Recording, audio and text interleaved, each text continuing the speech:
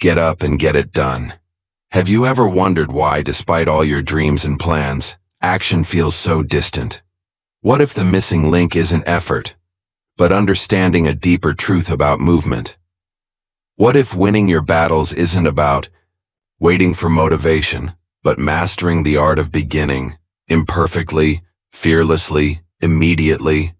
Imagine a version of yourself who stops waiting for the right time and instead becomes unstoppable through action itself. Let's uncover how to make that real. How many days have passed with you telling yourself, "I'll start tomorrow"?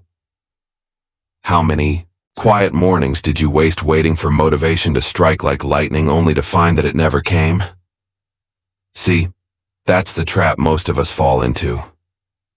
We believe that the future version of us, the more focused, more disciplined, more energetic version, will somehow take care of everything we keep postponing. But that version never shows up unless you bring it to life, and the only place it can begin is here. The Stoics were clear. You don't control tomorrow. You barely even control the rest of today. But you do control this moment, the decision that happens right now, not in theory, but in action. Marcus Aurelius, a Roman emperor carrying the weight of an empire, still reminded himself, "You could be good today, but instead, you choose tomorrow." He wasn't lecturing someone else, he was calling himself out. And maybe, just maybe, that's what we all need to do. Because let's be honest, we don't delay because we don't care. We delay because we're afraid. Afraid of doing it wrong.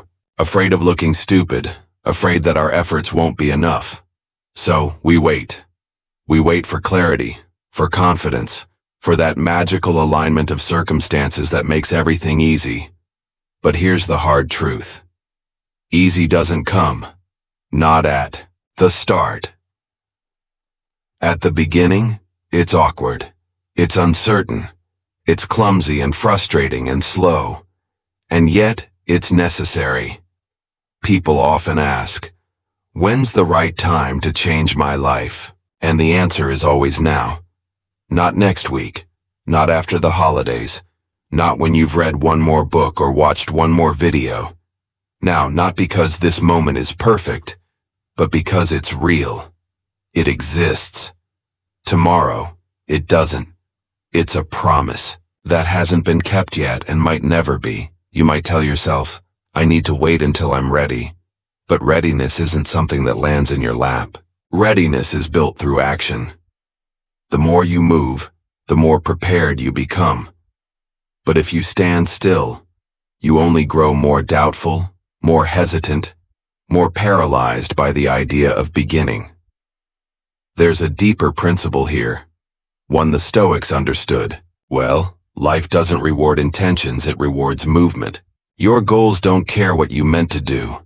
They respond to what you actually do, and the distance between who you are and who you want to be. It's not measured in time. It's measured in action. That's why waiting is dangerous. It feels safe, but it erodes your edge. It teaches your brain that inaction is acceptable, that hesitation is harmless, and slowly, that habit of delay becomes a personality trait. You stop trusting yourself. You begin to assume that you're just the kind of person who doesn't follow through. But the good news, you can break that pattern today, not with some huge leap, but with one simple act of defiance. You get up, you begin. You take one step toward the thing you've been avoiding. It doesn't matter if it's perfect. What matters is that it's real. Because there's something powerful that happens when you stop waiting. You reclaim your power. You realize that action, even small action, builds momentum. That discipline isn't something you're born with. It's something you train by showing up, especially when it's uncomfortable. So don't wait for the right time. Make this the right time. Don't ask yourself if you feel ready. Ask yourself if you're tired of being stuck. And if the answer is yes, then stop negotiating with your fears. Start right now. Not perfectly. Not Confidently but intentionally, because life isn't waiting for you, and neither is your potential. Win the morning, win the day. There's a strange truth about life most people overlook. How you begin sets the tone for everything that follows. And your mornings, they're not just a routine. They're a declaration, a decision about whether you're leading your life or just reacting to it. The first moments of your day are sacred. They're untouched by noise, distraction, or expectation. They belong only to you, but what you choose to do with them that defines the direction of your entire day. If you start your morning in hesitation, you carry that uncertainty with you. If you begin with intention, everything else aligns. The Stoics believed in mastering the inner world before facing the outer one. They saw each day as a battleground and the morning as the time to prepare for it. Epictetus taught that the first task of the day is to remind yourself of what is within your control, your mind, your attitude, your choices, and to release attachment to what is not. But today, most people wake up and immediately give their mind away to emails, to notifications, to scrolling. They let the world decide their focus before they've even had a chance to think for themselves. And when you do that, you're not starting your day. You're surrendering it. Discipline starts the second you open your eyes. Do you stay in bed and argue with yourself for 5 more minutes? Or do you stand up without negotiation? Because that moment, that small battle, it's not about sleep. It's about training. You're either training yourself to hesitate or to act. And each choice compounds. You don't need a perfect morning routine with 10 productivity hacks. You need clarity. You need a rhythm that grounds you. Whether it's journaling, reading, stretching, or sitting in silence, what matters isn't the method, but the message. I choose control over comfort. Because here's the thing. If your day starts in chaos, you'll be playing catch-up until you collapse. But if it starts with order, with a clear mind and steady focus, the rest of the day follows that lead. It's not about being busy. It's about being in charge. We often think that self-mastery is something that happens in big life-changing decisions, but most of it lives in small, repeated moments. The decision to wake up with purpose. The decision to face the day rather than avoid it. The decision to act like the person you want to become before you feel like that person. Winning the morning isn't a motivational phrase. It's a strategy. Because if you can win the battle between the bed and your goals, between comfort and clarity, between delay and action, then everything else becomes easier. So, tomorrow morning, don't wait for inspiration. Don't reach for your phone. Don't make a deal with the snooze button. Stand up, take a breath, and take control. Not because you feel like it, but because your future depends on it. Prioritize discipline over feelings. There will always be a voice inside you whispering the easier option, telling you to take a break, to do it later, to skip just this once. And here's the hard truth. If you follow that voice long enough, it becomes who you are. Feelings are important, but they're not always reliable. Some days your emotions will align with your goals. You'll feel driven, focused, even inspired. But most days you'll feel tired, bored, unmotivated. And that's when the test begins. Because if your actions are only as strong as your mood, then your future will be at the mercy of your emotions. The Stoics knew this well. They didn't try to erase emotion. They simply refused to be ruled by it. Epictetus taught that the key to freedom is not to eliminate feelings, but to master your response to them. And Marcus Aurelius echoed this by reminding himself that if you are distressed by anything external, the pain is not due to the thing itself, but your estimate of it. That includes your own impulses. We often think of discipline as something cold and rigid, like a drill sergeant yelling at you to push harder. But in reality, discipline is kindness in disguise. It's your future self asking for help. It's you saying, I care enough about my life to make hard choices now so that I don't suffer from easy ones later. Letting your emotions lead feels good in the moment. skipping the workout, procrastinating on the hard task, ignoring that tough conversation. But each time you do, you strengthen the wrong identity. The identity of someone who gives in, who avoids, who delays, and with time that identity becomes harder to break. But the opposite is also true. Every time you act with discipline, especially when you don't feel like it, you reinforce a different story, one of strength, consistency, trust. You begin to believe in your own ability to follow through. And that belief, that's power. Discipline isn't about removing emotion. It's about leading in spite of it. It's waking up and choosing to do the work even when you're tired. It's saying no to comfort because you remember what you're fighting for. It's sacrificing ease for meaning again and again and again. And the beautiful thing is, the more you choose discipline over impulse, the quieter that weak voice becomes. You stop arguing with yourself. You stop negotiating every little decision.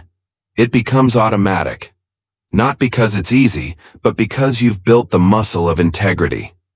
So the next time you feel overwhelmed, lazy, frustrated, or scared, pause. Don't ask yourself how you feel. Ask yourself what needs to be done. Let reason lead. And act not because it's convenient, but because it's aligned with who you're becoming. That's what Stoicism teaches us. That we are not slaves to what we feel in the moment. We are the architects of what we build over time, and it begins always with discipline. Your life is built on your daily habits. We tend to overestimate the power of big moments, breakthroughs, lucky chances, life-changing events.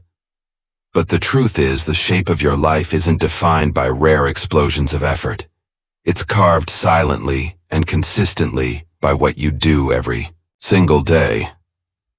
Your future isn't waiting on a miracle. It's hidden in your morning routine, in the way you speak to yourself when no one's listening, in the choices you make when no one's watching. Your life is not made of goals, it's made of habits.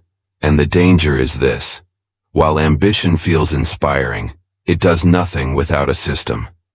You don't rise to the level of your dreams, you fall to the level of your discipline. We like to think we'll become who we envision by simply wanting it enough. But becoming someone different requires doing something different repeatedly. And that repetition is where most people break, because results take time. But bad habits deliver comfort instantly. And so we settle, we drift, we repeat patterns, not because we lack desire, but because we lack structure. The Stoics believed in the power of daily reflection. They reviewed their choices. They examined their routines. They didn't just live, they observed their living. Seneca once wrote, "Each day acquire something that will fortify you against poverty, against death and other misfortunes." That something wasn't dramatic. It was built day by day. Your habits are a mirror. They reflect your priorities, your beliefs, your identity. If you say health matters but you eat poorly and never move, the habit speaks louder than your words. If you say you want success but you sleep in, scroll endlessly and avoid the hard work, then success isn't what you're chasing. You're chasing comfort, and comfort rarely brings change. But here's the good news.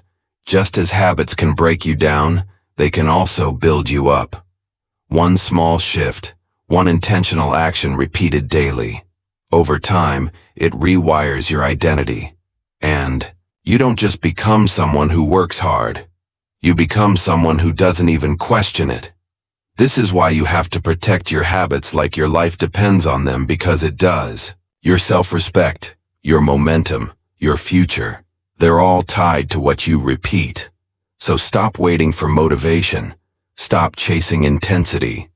Build a routine that survives your bad moods, your busy days, your moments of doubt. Create rituals that don't ask for inspiration, they create it.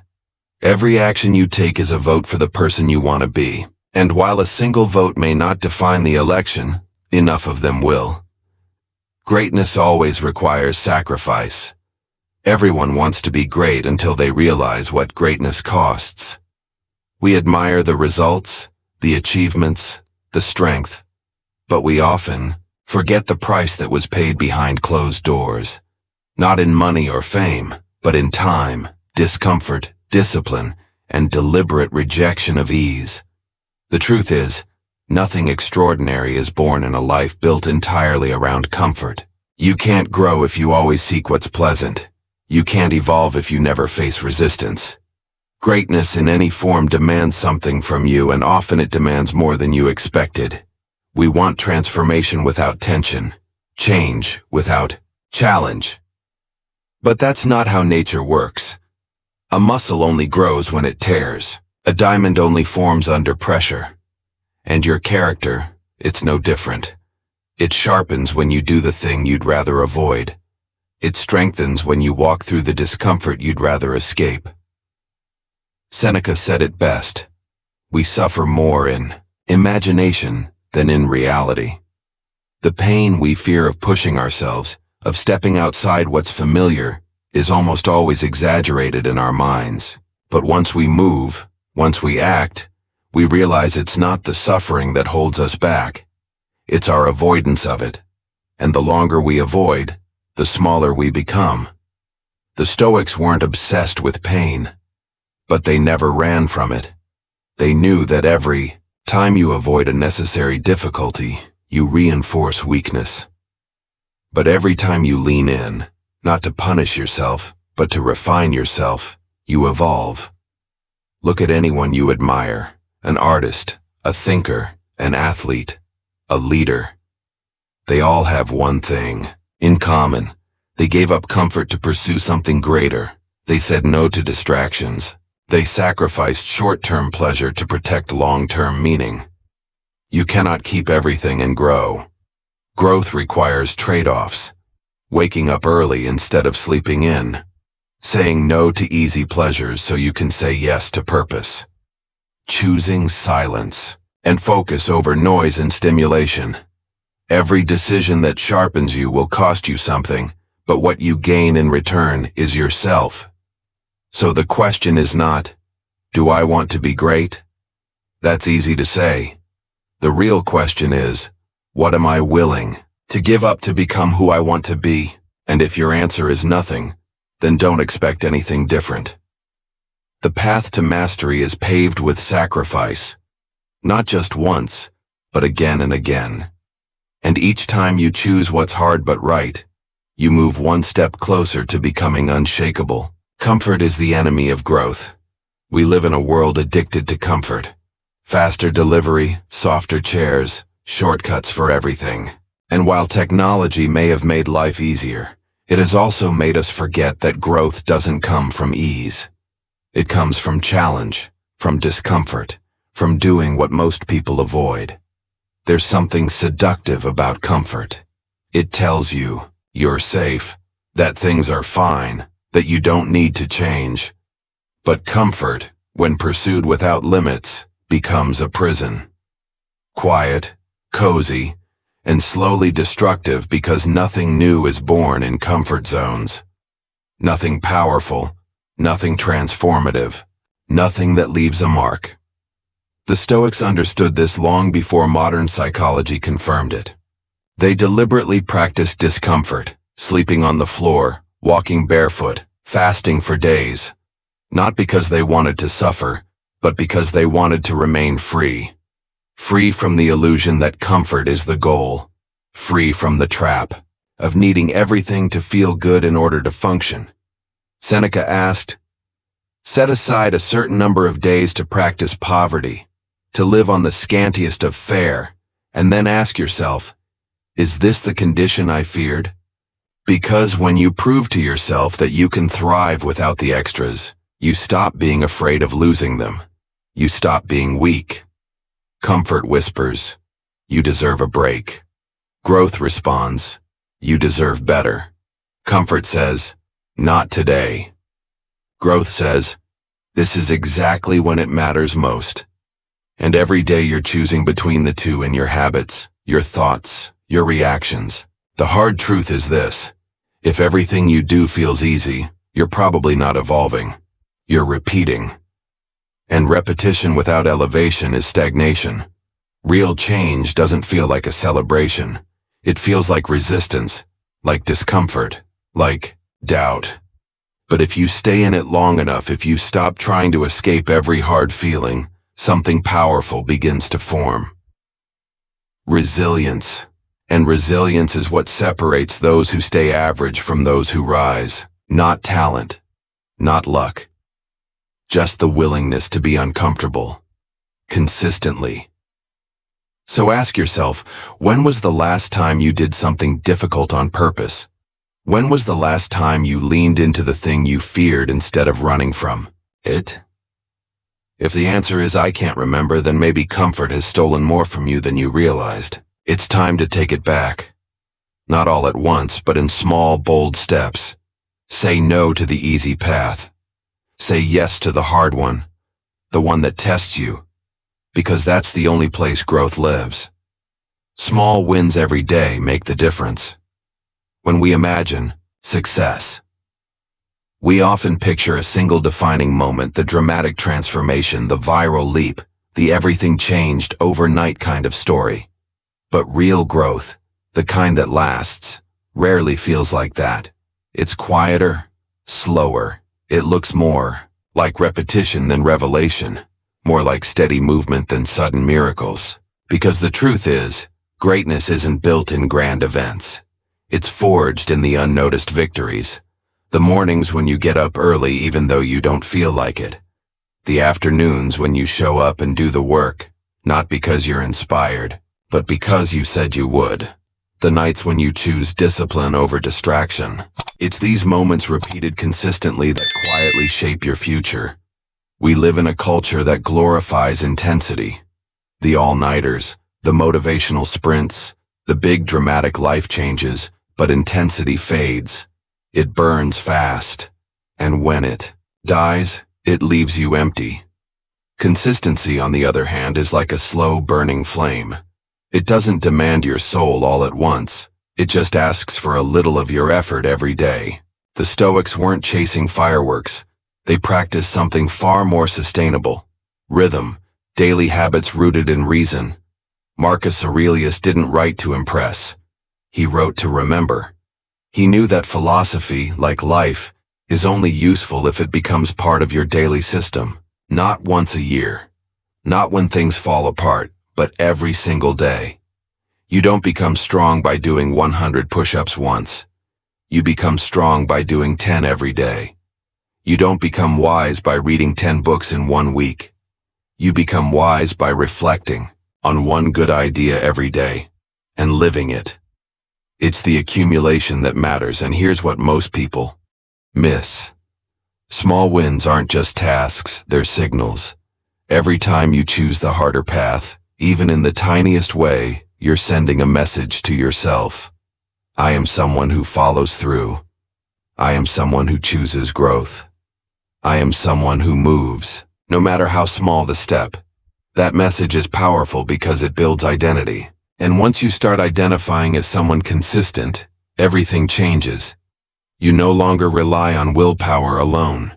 You rely on who you've trained yourself to be. Think of it like this. Every action you take is a vote for the person you want to become. One vote doesn't decide the outcome, but over time, the votes add up, and the more consistent your votes, the more certain the result. So when you wake up tomorrow and don't feel like doing the hard thing, do a small version of it. Just a little. 5 minutes of reading, 10 minutes of writing, one decision made with clarity instead of emotion. It doesn't need to be perfect. It just needs to happen over and over. Seneca reminded us that time, like a river, doesn't stop. You can't pause life, but you can choose how you show up in it and how you use each passing moment. You can choose to build something meaningful out of the ordinary, because that's where real excellence lives, not in noise but in quiet dedication. So forget the fantasy of overnight change. Forget the need for perfect conditions.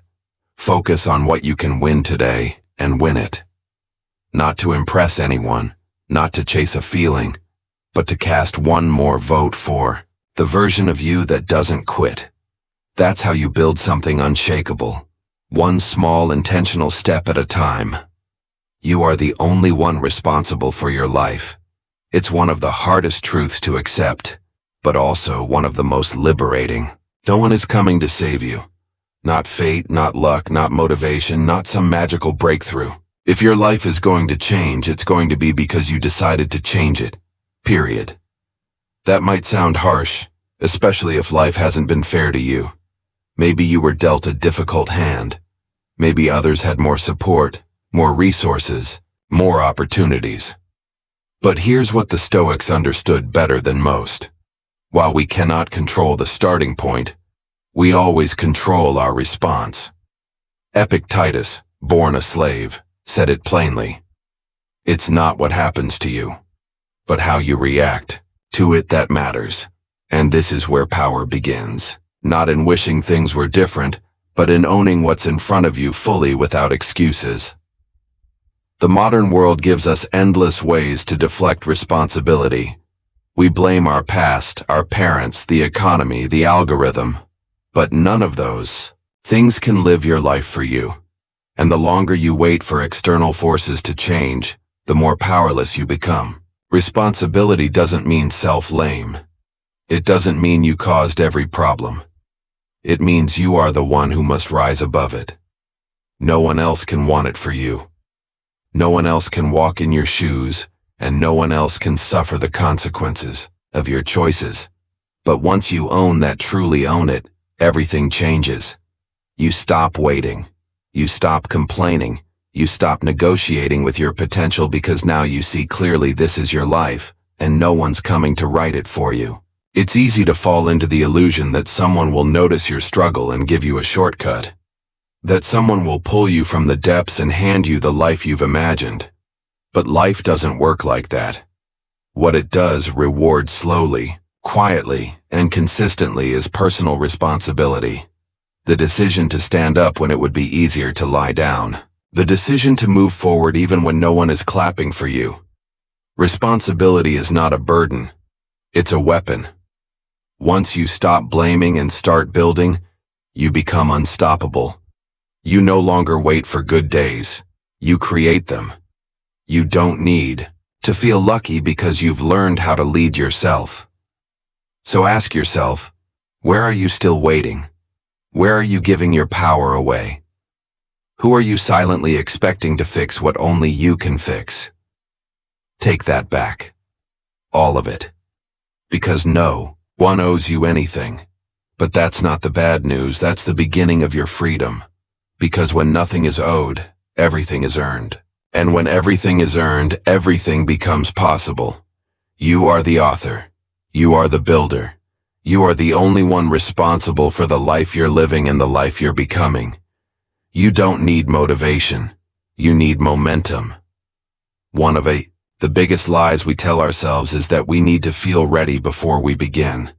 That motivation is the fuel. And until it shows up, we're justified in standing still. But if you've waited long enough, you've already learned the hard truth. Motivation is unreliable. It fades. It disappears when you need it most.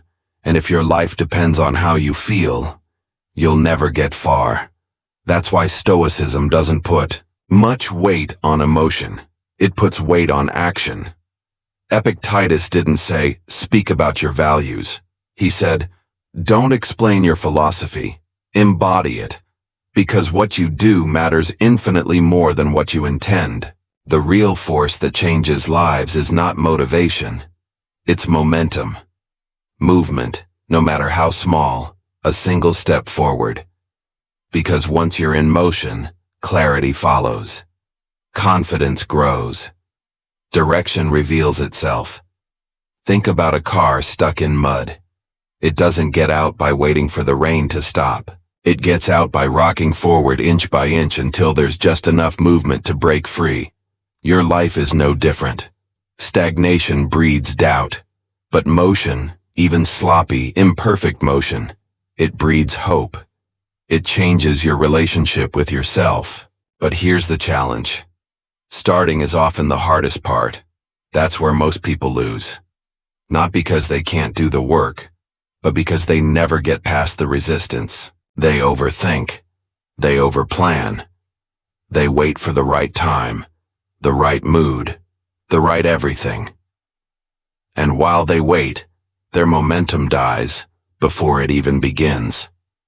This is why small action is powerful. Not because it solves everything in one day, but because it flips the switch. It interrupts the loop of hesitation. It turns thinking into doing. And that shift, even if it's tiny, is enough to begin changing your life. You don't need to feel amazing. You don't need to feel ready. You just need to move, write one line, stretch for 2 minutes, clean one corner of the room, make one call, take one hard breath, and do one hard thing. That's it. And once you do, everything starts to shift. Momentum has a way of pulling you forward. The hardest day is never the 10th, it's the first. But once you've proven to yourself that you can begin without waiting for perfect conditions, you unlock something that most people never find.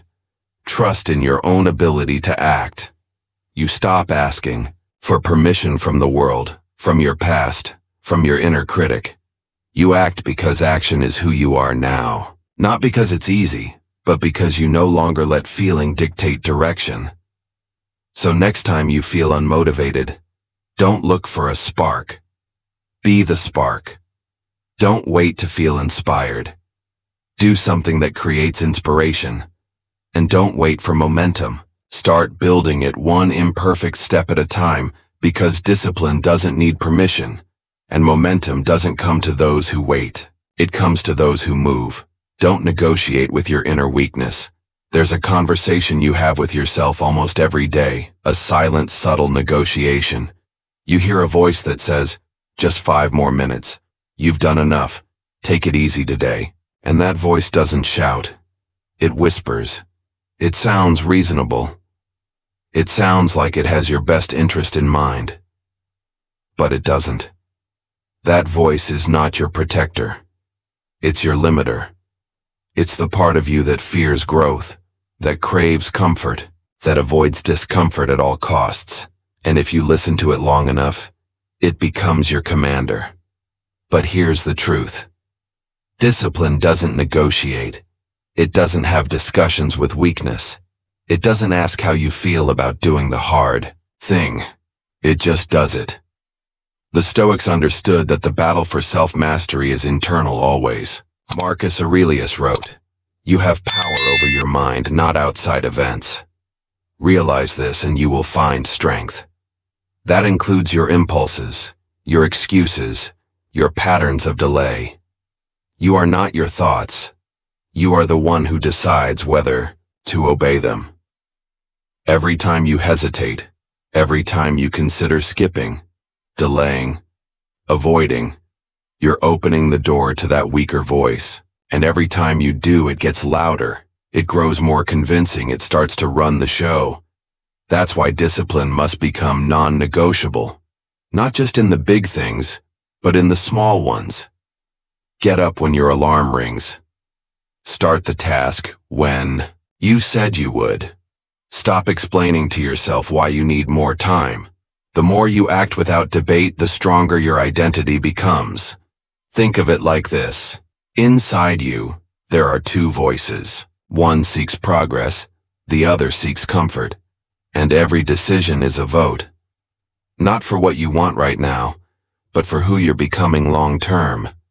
Negotiation is the death of momentum. It's the seed of regret. And it almost always ends in surrender. But when you remove the option to debate, when the decision to act becomes automatic, everything changes.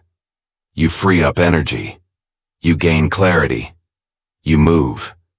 And the beauty is the more you act decisively, the quieter that weaker voice becomes, because it only survives on your attention. Starve it and it fades. Feed discipline and it thrives. So next time you feel that internal debate beginning, stop it. Don't engage. Don't argue. Just act. Let your actions speak the language your excuses can't answer. You are not here to live at the mercy of your moods. You are here to lead yourself firmly, consistently, and without negotiation. Time is your only non-renewable resource. You can lose money and earn it back. You can lose opportunities and find new ones. You can fail in front of the world and rise again with a better plan. But there's one thing that never returns once it slips away. Time. Time is the quiet currency of life. It doesn't scream when you waste it.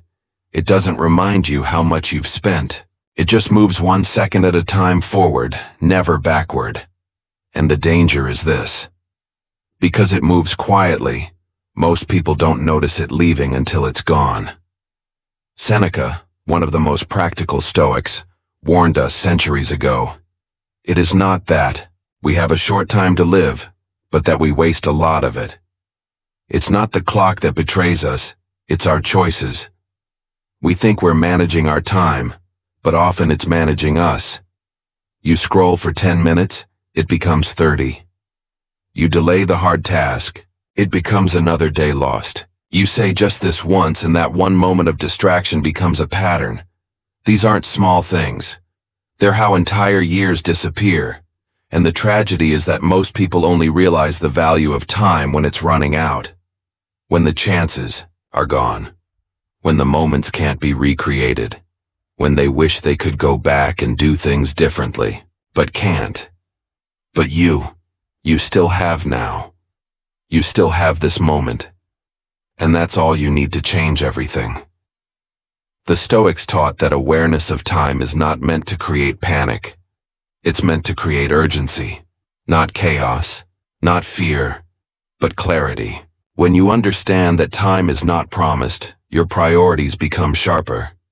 You stop tolerating what drains you. You stop waiting for later because later is a luxury the future doesn't guarantee. Look around you. How much of your life right now is filled with things that don't matter? Conversations that go nowhere? Habits that numb you? Distractions that steal your peace? What if even half that time was redirected toward growth, connection, creativity, health, mastery? It's not that you need more hours. You need better use of the ones you already have. Because when you stop wasting time, you stop wasting life. And here's the beautiful part. Time well used compounds. One focused hour today leads to a better tomorrow. One meaningful conversation. One deep practice. One courageous decision. Time is not just slipping. It's offering you a chance to make something worthwhile before it's gone. So don't wait for a wake-up call. Make time sacred now. Track it. Protect it. Honor it. Because when your time becomes non-negotiable, your life begins to transform. Time is not just something you spend. It's something you become. The world owes you nothing. Earn everything. There's a dangerous belief quietly spreading through the modern world. The idea that life owes you something. That because you've worked hard or suffered enough or waited patiently, you're now entitled to success, recognition, or ease. But nature doesn't operate on fairness, and neither does life. The world isn't against you, but it isn't designed to reward your expectations either. You are not owed clarity. You are not owed comfort. You are not owed applause for simply wanting more. What you get in life is not based on what you deserve. It's based on what you earn, and that difference changes everything. The Stoics never wasted time complaining about what should have been. They focused entirely on what is and how to respond with excellence regardless of circumstance. They knew that no amount of frustration, envy, or disappointment could replace real work. You either do what it takes, or you don't. The moment you believe you're owed something, you stop reaching, you stop growing, you wait. And waiting turns into bitterness. But when you release that illusion, when you say nothing is owed but everything can be earned, you reclaim your power. This doesn't mean your struggle doesn't matter. It means your struggle isn't currency. It's training. And if you use it wisely, it can shape you into someone capable of more, not someone dependent on reward. Look around. The people who rise aren't the ones with perfect conditions. They're the ones who build despite the odds, who refuse to let entitlement rot their effort, who keep going even when no one notices, especially when no one notices. And that's the part most people miss. The grind in silence, the work without recognition, the pursuit without guarantees. But it's in those moments that strength is born. Quietly, honestly, without applause. You want success? Earn it. You want peace? Build it. You want to be respected? Live in a way that commands it, not through words, but through integrity, through consistency, through ownership of every result you produce, good or bad. Stop asking why it's hard. It's supposed to be hard. That's what makes it meaningful. Ease is the path of the entitled. Effort is the path of the free. So no, the world doesn't owe you anything.